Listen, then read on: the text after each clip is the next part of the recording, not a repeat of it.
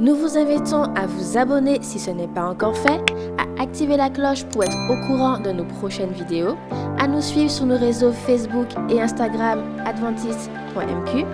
Bon visionnage et prenez soin de vous.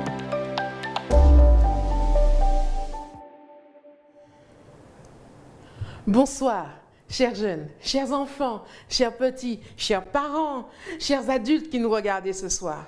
Tous les soirs, avant la méditation des adultes, on aura 5 minutes juste pour vous, pour pouvoir réfléchir à une parole que la Bible veut bien nous donner. Aujourd'hui, le message que j'ai pour vous, c'est qu'avec Dieu, il n'y a pas de raison d'avoir peur. Ces jours derniers, avec la précipitation des événements, la fermeture des écoles, le fait qu'on nous demande de rester à la maison, il y a toutes sortes de questions qui sont venues à notre esprit, toutes sortes de craintes, toutes sortes de peurs. Certains sont partis sur la notion des inquiétudes. Mais comment je vais faire pour passer mes examens? Est-ce que j'aurai de bonnes notes? Comment je pourrai rattraper mes mauvaises notes du trimestre dernier? D'autres se sont dit, mais comment je vais payer les factures et l'entreprise? Comment elle va tourner? Comment je vais retourner ma veste après cela? Et toutes sortes d'inquiétudes. Et on va symboliser ces inquiétudes avec ce livre bien lourd, un dictionnaire. On sait que ça a un certain poids. Alors, dans mon panier, ça va représenter nos vies de ces derniers jours, la dernière semaine qui vient de passer. Et là, les choses qu'on se pose comme question. Les inquiétudes, on les met au fond. Ensuite, on va venir avec les frustrations. J'avais bien envie d'aller dans la cour pour jouer avec mes camarades. J'avais prévu de faire un concours avec XY. Ou encore, je voulais jouer à la PS4 chez maman avec mes camarades. Même ça, ce n'est pas permis. Les frustrations, ce que j'avais envie et que je ne peux pas faire. Et puis, il y a celui-là un peu plus lourd. Celui de l'isolation. Rester à la maison. On ne sait pas pendant combien de temps. Tout seul, avec maman, papa, ou encore mamie, ou papi, ou encore tati, ou tonton, ou encore avec la personne avec qui je suis, qui est en charge de moi. Je préfère encore rester dans ma chambre avec mon téléphone portable, mais même là, j'en ai déjà marre. Au bout d'un jour, au bout de 2, au bout de 3, l'isolation, c'est lourd. Et puis, il y a aussi ceux qui se posent toutes sortes de questions concernant l'avenir, les craintes, et qui se disent, mais et si la personne qui vient de passer à côté de moi, qui a toussé, qui a éternué, et l'angoisse monte. Le petit et si sera là. Et puis pour terminer, il y a aussi ceux qui sont malades, qui sont confinés parce qu'ils sont malades, parce qu'ils ont des signes de la maladie, parce que leurs parents ont été malades, parce qu'ils ont été en contact avec quelqu'un de malade, ou encore parce qu'ils connaissent la douleur de la maladie à cause de ceux qui sont à l'hôpital, en réanimation, ou encore qui sont sous les soins, sous l'observation des médecins. Et il y a toutes ces questions qui s'ajoutent. Et voilà. En moins de quelques heures, en moins de quelques jours, ma semaine, elle est impossible à porter. On a l'impression que si on devait traîner ce sac derrière nous, on aurait bien du mal. Certes, il faut prendre la décision de se poser et de se demander si ça vaut vraiment la peine de porter toutes ces choses. La Bible nous dit, dans l'évangile selon Matthieu, et je vais vous inviter à prendre vos Bibles à la maison. L'évangile selon Matthieu. Matthieu chapitre 10, verset 29. Et je vais vous inviter à lire. Le verset va s'afficher à l'écran. Mais si vous avez vos Bibles, vos tablettes, vos téléphones portables, prenez-le. Je vous attends. Encore 3 secondes. 1, 2, 3. Matthieu chapitre 10, à partir du verset 29. Et la Bible dit, ne vend-on pas 2 passereaux ou 2 petits oiseaux pour 1 sou, pour 1 euro, pour peu d'argent? Cependant, il n'en tombe pas un à terre sans la volonté de votre Père. Et même les cheveux de votre tête sont tous comptés. N'ayez pas peur, vous valez plus qu'un petit oiseau. Ce soir, gardons en tête que ce n'est pas la peine d'avoir peur. Vous voulez bien prier avec moi? On arrête tout, tous les bruits. On se pose et on prie. Seigneur Jésus, Merci de ton amour. Merci de nous rappeler que nous valons bien plus que les petits oiseaux et tu t'en occupes. Alors nous te confions tout, toutes ces questions, toutes ces frustrations, toute la douleur, toutes les inquiétudes et nous te demandons, Seigneur, de nous permettre de te faire confiance. Au nom de Jésus. Amen. À bientôt pour un autre message en 5 minutes.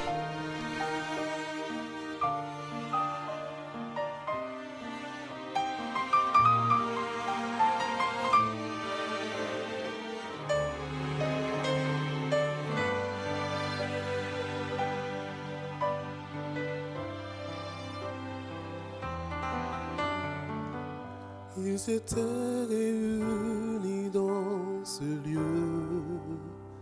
qu'est la chambre haute, réclamant à Dieu son Esprit Saint, car Jésus leur avait promis qu'il ne serait pas seul, que la puissance de son esprit les guiderait. Soudainement le vent se manifesta et les âmes s'enflammaient.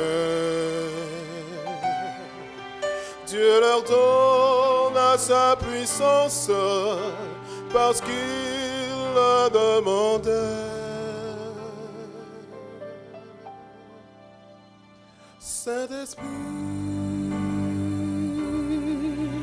remets-moi de ta puissance. Saint-Esprit, ouvre mon cœur aujourd'hui. Avec toi, je ne serai jamais, plus jamais le même. Je me tiens, Jésus, devant l'autel, je dépose à tes pieds tous mes fardeaux, car ton esprit, oh mon Dieu, agit toujours dans ma vie.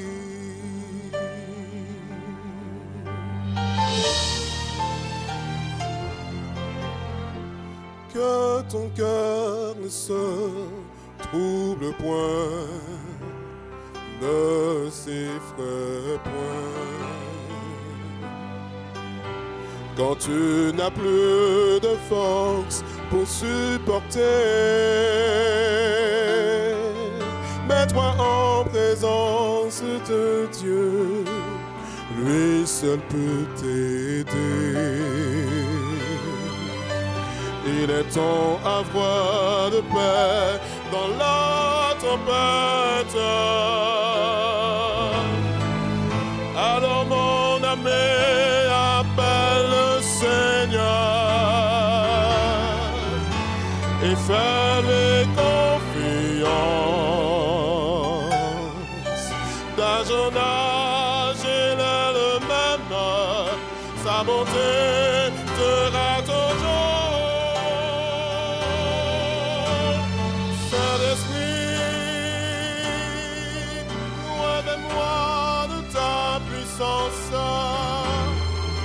Saint-Esprit, ouvre mon cœur aujourd'hui. Avec toi, je ne serai jamais, plus jamais le même. Je me tiens au-dessus de mon autel. Je dépose à tes pieds tous mes fardeaux, car ton esprit, oh mon Dieu, agit toujours. Car ton esprit, oh mon Dieu,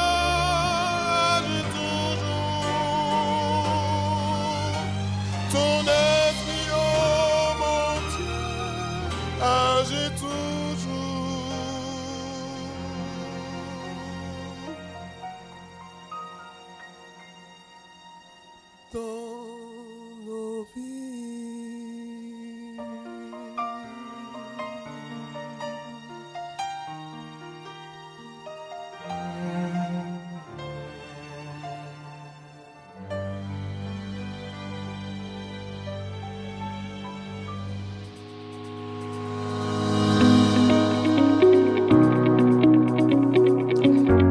Bonjour à tous et salutations aux uns et aux autres. Nous nous posions la question, comment poursuivre la mission évangélique alors qu'il nous est impossible de recevoir des amis dans nos églises? J'aimerais vous annoncer une belle nouvelle. Le Seigneur n'a pas été surpris par le coronavirus. Dans un esprit de prière, nous avons tous été sensibilisés par l'utilisation des nouvelles technologies pour la diffusion de l'Évangile. Je vous annonce une bonne nouvelle, le pouvoir de l'espérance du 13 au 27 décembre 2020. Une occasion de partager l'Évangile en utilisant les réseaux sociaux. Une campagne d'évangélisation en ligne, une nouvelle approche pour partager l'Évangile. Une opportunité extraordinaire. Nous pouvons atteindre le monde. Plus de barrières, l'Évangile peut pénétrer dans tous les foyers, dans tous les milieux. Cette bonne nouvelle du royaume sera prêchée dans le monde entier pour servir de témoignage. Alors viendra la fin. Nous avons besoin de l'aide du Seigneur. Que son esprit nous motive. Que le Saint-Esprit mette en moi, dans mon cœur, l'amour des âmes. Que le Saint-Esprit réveille en nous le désir de partager l'Évangile avec ceux qui n'ont pas encore découvert le merveilleux amour de Jésus-Christ. Le pouvoir de l'espérance du 13 au 27 décembre 2020, mobilisons-nous pour la gloire du Seigneur. Me voici, envoie-moi. I will go. I will go. Oui, Seigneur, j'irai pour ta gloire. Un espoir dans un monde en désarroi. Inscrivez un ami aux études bibliques en ligne sur le site interamericaonline.com. Des études simples et faciles à faire.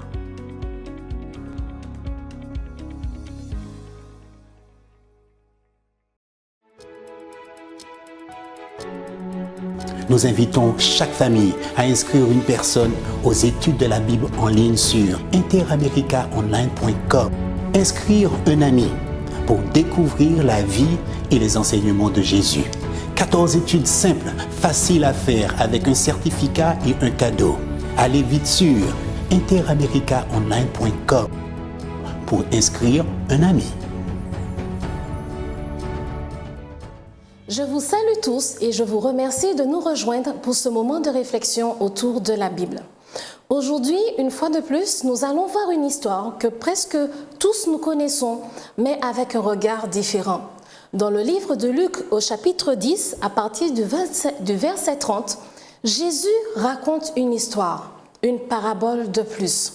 Une parabole parce qu'un homme lui demanda « Mais qui est mon prochain ?» Cependant, aujourd'hui, nous n'allons pas nous arrêter sur la question de qui est mon prochain, ni rentrer dans toutes les conséquences des différences qu'il y avait entre les Juifs et les Samaritains. Nous allons regarder un autre aspect de l'histoire qui nous concerne chacun d'entre nous aujourd'hui. Jésus, au travers de ces paraboles, a voulu enseigner beaucoup de leçons. Et je n'ai pas la prétention aujourd'hui de vous proposer la seule et unique version, mais juste quelque chose de différent afin de nous redonner courage et de nous permettre de continuer d'avancer. Et une fois de plus, ce moment de partage sera particulièrement tourné vers les jeunes. Donc, à partir du verset 30, dans le livre de Luc, chapitre 10, nous pouvons lire « Jésus reprit la parole et dit « Un homme descendait de Jérusalem à Jéricho. Il tomba au milieu des brigands qui le dépouillèrent, le chargèrent de coups et s'en allèrent, le laissant à demi-mort. Un sacrificateur qui passait par hasard descendait par le même chemin, ayant vu cet homme, passa outre. Un lévite qui arriva aussi dans ce lieu, l'ayant vu, passa outre. Mais un samaritain qui voyageait, était venu là, fut ému de compassion lorsqu'il le vit. Il s'approcha et banda ses plaies en y versant de l'huile et du vin. Puis il le mit sur sa propre monture, le conduisit à une hôtellerie et prit soin de lui. Le lendemain, il tira 2 deniers, les donna à l'hôte et dit, « Aie soin de lui, et ce que tu dépenseras de plus, je te le rendrai à mon retour. » Le sujet de notre réflexion ce soir, « M'entends-tu? Je t'aime ». Prions ensemble. Seigneur, nous te remercions pour tes grâces et tes bénédictions. Merci pour ce moment de partage que tu nous donnes. Permets-nous de bien comprendre ce que toi seul as à nous dire.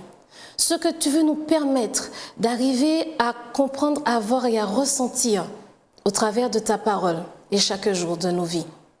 Que ta paix et ta grâce soient avec nous, que toi seul sois vu et entendu au nom de Jésus ton Fils. Amen. Jésus, la parabole du Samaritain. Sur quoi allons-nous nous arrêter aujourd'hui? Un homme part de Jérusalem à Jéricho. Était-il juif? Nous ne savons pas. Était-il samaritain? Cela non plus n'est pas précisé. Peut-être parce que ce n'est pas la chose la plus importante. Il y a aussi d'autres raisons, mais nous ne nous arrêterons pas sur cela ce soir. 3 hommes sont passés par là. 3 hommes l'ont vu couché à demi-mort et ont eu des réactions différentes. Sacrificateur, lévite et un samaritain. La première chose que nous allons essayer de comprendre, pourquoi cet homme ou qu'a ressenti cet homme?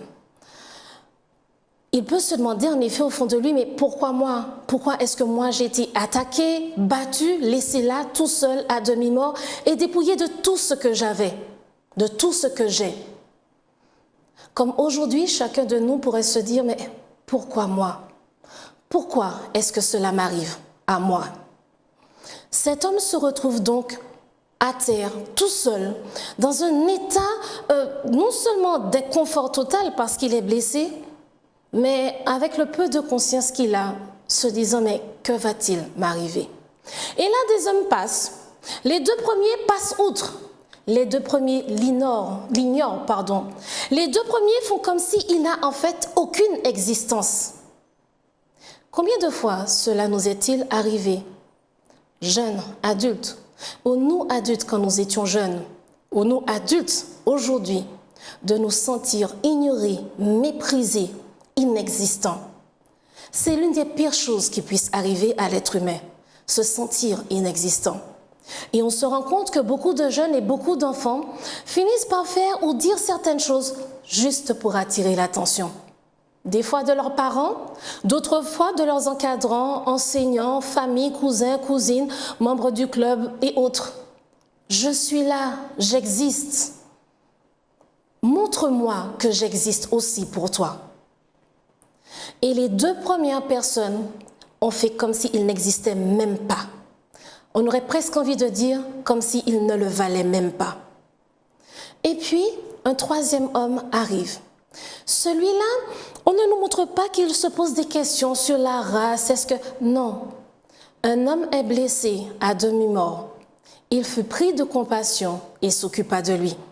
Le mit sur sa monture et le mena à l'auberge. Quand nous regardons cette partie de l'histoire, comment pouvons-nous la comparer et qu'est-ce que Dieu, Jésus, entre autres choses, essaie de nous dire? Cet homme va voir celui qui est blessé à terre, va comprendre et voir en réalité qu'il est en situation difficile. Mais il va surtout se dire, moi, je peux faire quelque chose, je peux intervenir, je peux l'aider. Je peux lui permettre de guérir et d'avoir une chance de vivre et de continuer sa vie. Il prend donc cet homme et s'occupe de lui. Il reste la nuit et le lendemain s'en va en donnant de l'argent à l'hôtelier, afin que cet homme blessé puisse encore prendre le temps de guérir, de se remettre, et qu'il ne se pose pas de questions, se souciant, se disant « oui, mais il faudra que je paie l'hôtelier alors que je n'ai pas d'argent ». Si on transforme ça et qu'on en parle avec d'autres mots, je suis dans une période difficile de ma vie, une période dans laquelle j'ai besoin d'aide. Je ne comprends pas trop ce qui se passe. À l'âge de l'adolescence, beaucoup de jeunes, en effet, se posent des questions. Et des fois, même après l'adolescence, se demandant exactement où est-ce que je vais aller, comment je veux devenir, quelle personne, quelle identité je veux avoir, quelle identité sociale est-ce que je veux avoir. D'une manière ou d'une autre, nous sommes plus ou moins touchés par ces questions et bien sûr à des moments différents de notre vie. Quand en plus de cela, on a l'impression que les malheurs ne font que pleuvoir, tomber sur nous sans s'arrêter, on se dit mais c'est pas possible, mais c'est à moi seulement que ces choses-là arrivent. Ce n'est pas à toi seulement. Cela m'est arrivé, m'arrive encore et arrive à bien d'autres personnes. Et malheureusement, tu te rendras compte et tu te rends compte que la Terre ne s'est jamais arrêtée de tourner. C'est parce qu'elle ne s'arrête de tourner pour aucun problème, aucune situation, aussi terrible et difficile qu'elle soit, malheureusement. Mais l'autre côté, l'aspect positif, optimiste, nous dit quoi? La vie est compliquée. Et là où certaines fois on a du mal à comprendre, surtout à l'adolescence, où en général les choses sont soit blanches ou noires. On aime la justice, l'équité, la vérité. Rentrer dans les choses à peu près, non, c'est pas trop notre truc. Il y a une vérité. Malheureusement, que nous soyons dans une religion ou dans une autre, que nous croyons en Dieu ou pas, bien sûr qu'il y a de bons moments dans la vie. Mais il y a aussi de mauvais moments dans la vie. Il y a des situations terribles qui nous arrivent, des événements surprenants, totalement déboussolants, parfois terrifiantes, horribles, malheureusement. Ce n'est pas une raison pour perdre la foi et se dire que Dieu n'existe pas. Je t'explique simplement la réalité de la vie. Jésus n'est pas encore revenu. Et autant de fois que nous aurions aimé que les choses se passent parfaitement bien, cela n'arrive pas toujours. Et ça, il faut le comprendre et l'accepter pour devenir plus fort et avancer. Parce que cette histoire nous dit quelque chose de très intéressant. Oui, les catastrophes arrivent. N'épargne aucun d'entre nous. Nous aurons des types de catastrophes différentes, c'est vrai. Qu'elles soient physiques ou mentales ou sociales. Malheureusement, les catastrophes arrivent à un moment ou à un autre de notre vie. Et là, voilà ce que Jésus est en train de dire. Dans le voyage de ta vie, tu auras différentes étapes. Dans cette étape de Jérusalem à Jéricho, malheureusement pour toi, les choses se passent mal. Apparemment, pour le sacrificateur et le lévite, tout s'est bien passé. On pourrait croire que ce sont des hommes de Dieu, donc rien ne leur arrive. Non, c'est qu'à ce moment-là, à eux, rien ne leur est arrivé. Parce que nous sommes tous logés à la même enseigne. Dieu nous protège, oui. Il nous évite beaucoup de choses, oui. Mais malheureusement, certaines choses doivent se produire parce que Jésus n'est pas encore revenu. Et là, il nous dit, pendant que malheureusement, durant cette étape, les choses sont devenues très compliquées pour toi. Tu t'es dit, mais pourquoi moi? Qu'est-ce que j'ai fait? Tu te sens seul et abandonné. En plus, tu es blessé. Tu as l'impression que de toutes les manières, rien ne va s'arranger. Tu es là à demi-mort. Qu'est-ce qui risque de t'attendre? La mort, peut-être. Cependant, garde toujours espoir et courage et continue à persévérer. Avec cette histoire, essaie de comprendre que même dans les moments les plus désespérants, ce n'est que moment à passer. Peut-être long, peut-être très long, mais ce n'est qu'un moment à passer. Durant ce moment, quelqu'un, et peut-être quelqu'un que tu ne connais absolument pas, mais cette personne viendra vers toi et prendra soin de toi pour t'emmener à l'auberge où tu pourras prendre du repos, te remettre en forme pour repartir. Cette personne qui n'est pas un ami, qui n'est pas forcément une amie, va faire ce que Dieu lui a demandé de faire, va accomplir la mission de tous les êtres humains et particulièrement de ceux qui croient en Dieu. S'occuper des personnes qui les entourent, apporter de l'aide. Ne refuse jamais un bienfait à celui qui y a droit. C'est ce que Dieu demande à chacun d'entre nous. Et c'est ce que le Samaritain a fait. Donc oui, patiente, garde espoir, persévère, parce que quelqu'un passera par là. Cette personne te montrera que tu existes, que tu n'es pas inexistant, que tu as de la valeur et qui va te permettre de pouvoir t'en sortir. et te permettra d'aller vers quelqu'un, vers d'autres personnes, dans un état, une situation où au travers toujours de la douleur et de la souffrance que tu ressentiras, tu trouveras la paix, la sécurité. Dans ce chemin, tu n'étais pas en sécurité. Mais là où il t'emmène à l'auberge, avec lui sur le chemin et à l'auberge, tu retrouves la sécurité. Tu retrouves la paix dont tu as besoin, le calme qui va te permettre de reprendre des forces, la nourriture, ce qu'il te faut boire, de l'eau, les médicaments si nécessaire, afin que tu reprennes des forces et que tu recommences ta course. Jésus est celui qui a déjà tout payé d'avance pour toi et pour moi.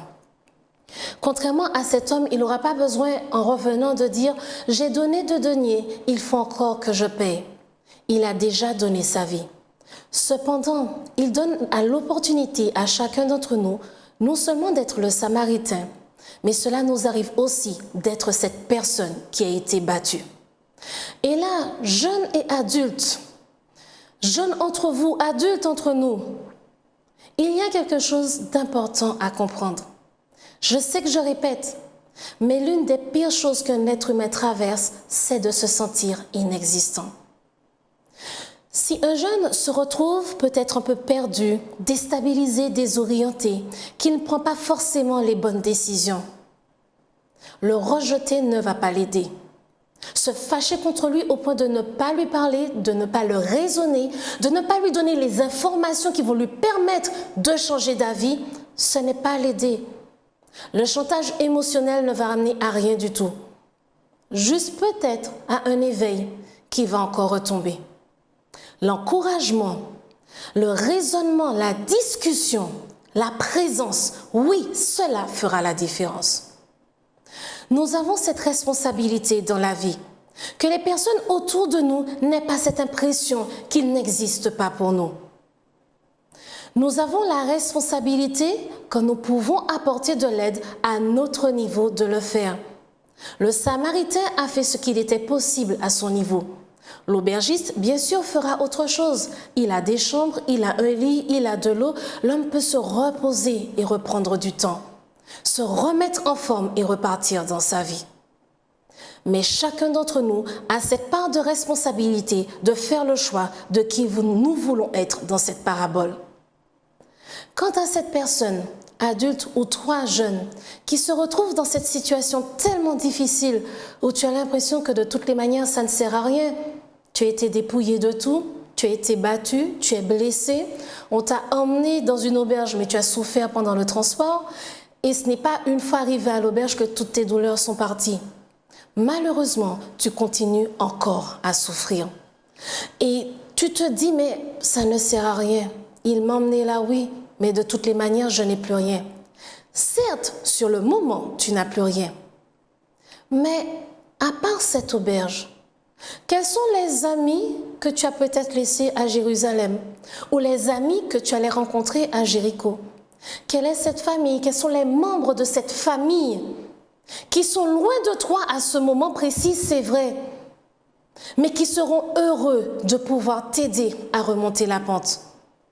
Quelles sont ces connaissances que tu as déjà acquises, ces expériences, ces leçons que tu as déjà tirées de la vie et que tu pourras utiliser quand tu te sentiras mieux afin de repartir et de rebondir dans ta vie? Quelle que soit la situation difficile, que le moment soit long ou très long, ce n'est qu'un moment à passer au regard de l'éternité. Ce n'est qu'un moment à passer. Je ne le dis pas pour nier ta douleur et ta souffrance, mais juste pour t'encourager à pouvoir garder espoir et continuer à persévérer et à regarder ce que tu as entre tes mains qui va t'aider à pouvoir avancer en dépit de ces problèmes et de ces difficultés. Je ne suis pas là pour nier la catastrophe et les choses douloureuses que tu ressens, mais simplement pour te dire, s'il te plaît, prends un peu de recul, prends un peu de distance et garde espoir. Regarde autour de toi ce Samaritain qui passe, qui veut te mettre sur sa monture, mais que peut-être tu veux rejeter. Cet aubergiste qui veut t'accueillir et te garder jusqu'à ce que tu reviennes sur tes pieds. mais à qui tu vas dire non, je n'ai pas besoin de toi.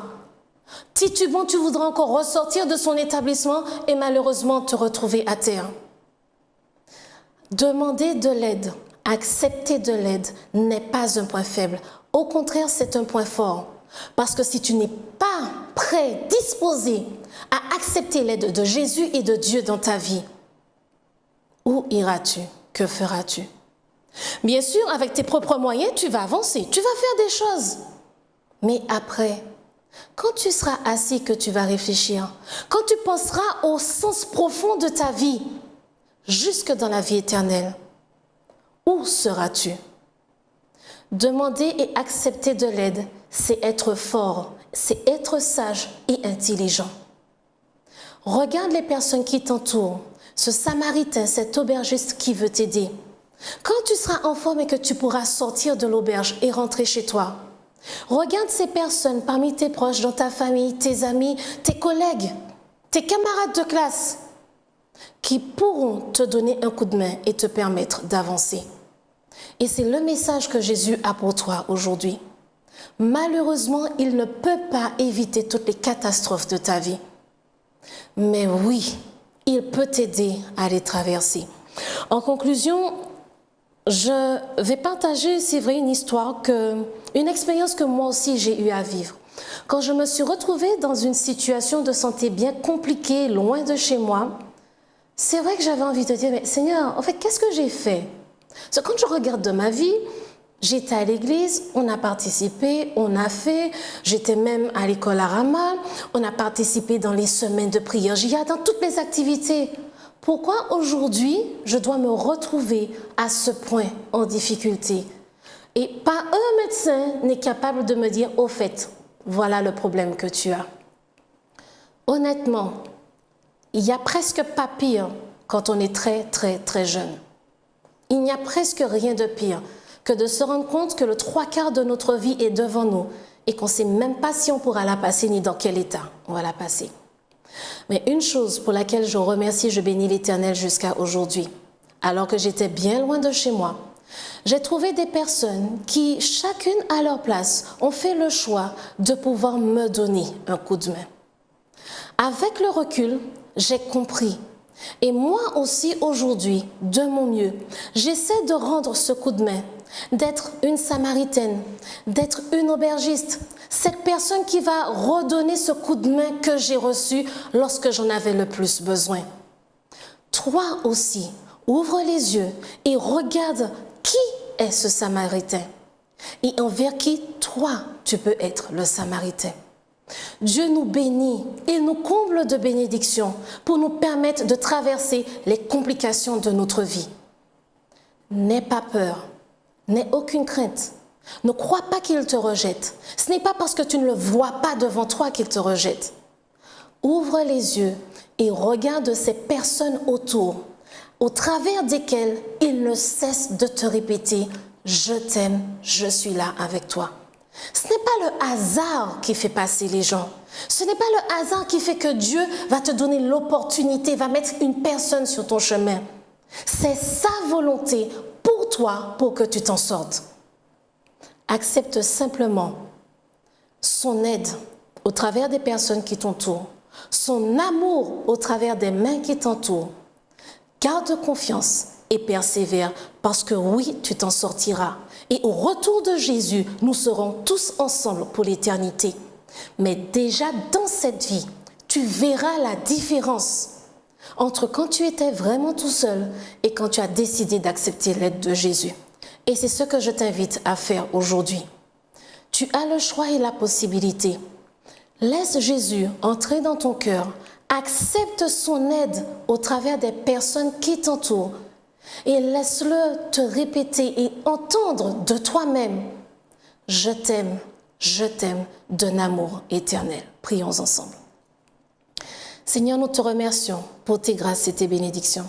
Merci de nous montrer qu'une fois de plus, les difficultés que nous traversons ne sont que des défis que tu vas nous aider, que tu nous aides déjà à relever. Aide-nous à garder force, courage, espoir et persévérance alors que nous attendons ce Samaritain qui nous emmènera vers l'auberge l'auberge dans laquelle nous pourrons nous reposer. Certes, toujours avec certaines douleurs et certaines souffrances, mais au sortir de laquelle nous serons mieux, nous serons plus forts pour continuer dans notre vie. Que ton esprit soit avec chacun des jeunes, Père éternel. Que tu leur accordes force et courage. Que ton esprit soit avec les adultes, qu'ils puissent continuer à les encourager et les guider, les accompagner. Que toute gloire te revienne et que dès aujourd'hui, nous puissions voir de manière effective ta main agir dans notre vie et qu'au retour de Jésus, nous puissions vivre ensemble jusque dans l'éternité. Amen. Que Dieu bénisse chacun d'entre nous. Amen.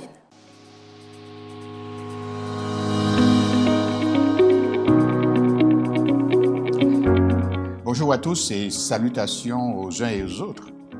Nous nous posions la question, comment poursuivre la mission évangélique alors qu'il nous est impossible de recevoir des amis dans nos églises? J'aimerais vous annoncer une belle nouvelle. Le Seigneur n'a pas été surpris par le coronavirus. Dans un esprit de prière, nous avons tous été sensibilisés par l'utilisation des nouvelles technologies pour la diffusion de l'Évangile. Je vous annonce une bonne nouvelle, le pouvoir de l'espérance du 13 au 27 décembre 2020. Une occasion de partager l'Évangile en utilisant les réseaux sociaux.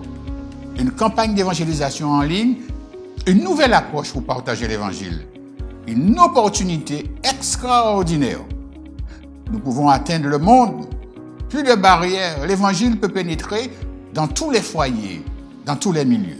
Cette bonne nouvelle du royaume sera prêchée dans le monde entier pour servir de témoignage.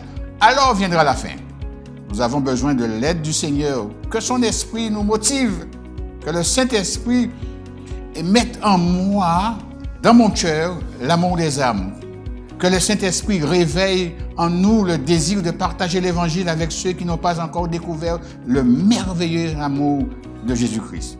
Le pouvoir de l'espérance du 13 au 27 décembre 2020, mobilisons-nous pour la gloire du Seigneur. Me voici, envoie-moi. I will go. I will go. Oui, Seigneur, j'irai pour ta gloire. Un espoir dans un monde en désarroi. Inscrivez un ami aux études bibliques en ligne sur le site interamericaonline.com. Des études simples et faciles à faire.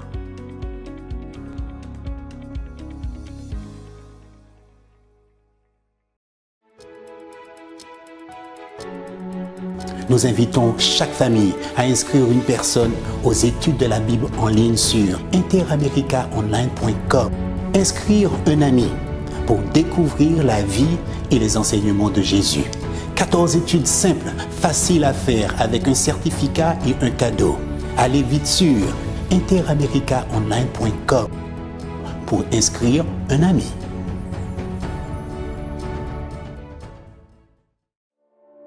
Nous vous invitons à vous abonner si ce n'est pas encore fait, à activer la cloche pour être au courant de nos prochaines vidéos, à nous suivre sur nos réseaux Facebook et Instagram adventiste.mq.